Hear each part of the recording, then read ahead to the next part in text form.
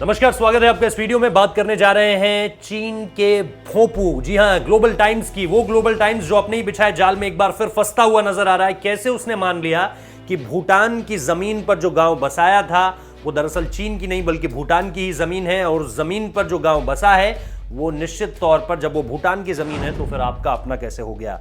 चीन का जो ग्लोबल टाइम्स है ये लगातार एक तरह से सरकार का मुखपत्र तो है ही, साथ ही साथ कई बार ऐसी बेवकूफियां भी करता है जिससे यह समझ आता है कि इसे चलाने वाले निश्चित तौर पर ऐसे लोग हैं जिन्हें ना तो तर्क समझ में आते हैं, जिन्हें ना तो ग्राउंड रियलिटी समझ में आती है, और जिन्हें यह भी समझ नहीं आता कभी कभी कि किस तरह से बात को आगे रखा जाए। वरना जो ग्लोबल टाइम्स ने कहा है कि पांगडा गांव को नया बसाया गया है और सितंबर में वहां पर लोगों को सितंबर से ही वहां पर लोगों को बसाया जा रहा है। सैटेलाइट तस्वीरों में खुलासा हुआ है कि चीन ने डोकलाम पठार के पूर्वी इलाके में भूटान की सीमा के 2 किलोमीटर अंदर चीनी गांव बसाने के अलावा चीन के इस इलाके से 9 किलोमीटर तक फैली सड़क भी बना ली है।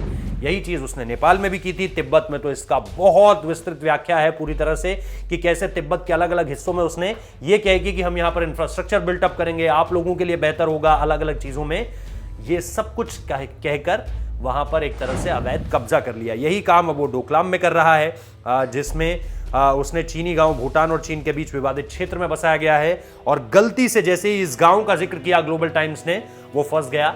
और पांगडा गांव, क्योंकि जिसका जिक्र यहां पर लगातार हो रहा है, उसमें वो जो इलाका पड़ता है, वो जो सैटेलाइट में समझ में आ रहा है, वो भूटान के उस हिस्से में, क्योंकि ये एक ट्रायंगल की तरह का हिस्सा है जिसका कुछ हिस्सा भारत को छूता है, कुछ हिस्सा भूटान को छूता है और कुछ हिस्सा चीन पर लगता है। लेकिन चीन ने जहां पर इस जगह का निर्माण किया है, जहां पर उसने हाउस शेल्टर्स बनाए, जहां पर लोगों को बसाया जाएगा, वो दरअसल भूटान की सीमा के 2 किलोमीटर अंदर है। और जैसे ही गांव का जिक्र हुआ वैसे ही साफ तौर पर समझ आ गया कि चीन जो है वो अपने जाल में खुद फंस चुका है। ग्लोबल टाइम्स की बेवकूफी, कायराना हरकत, और इसको जो है ग्लोबल टाइम्स ने छाप भी दिया।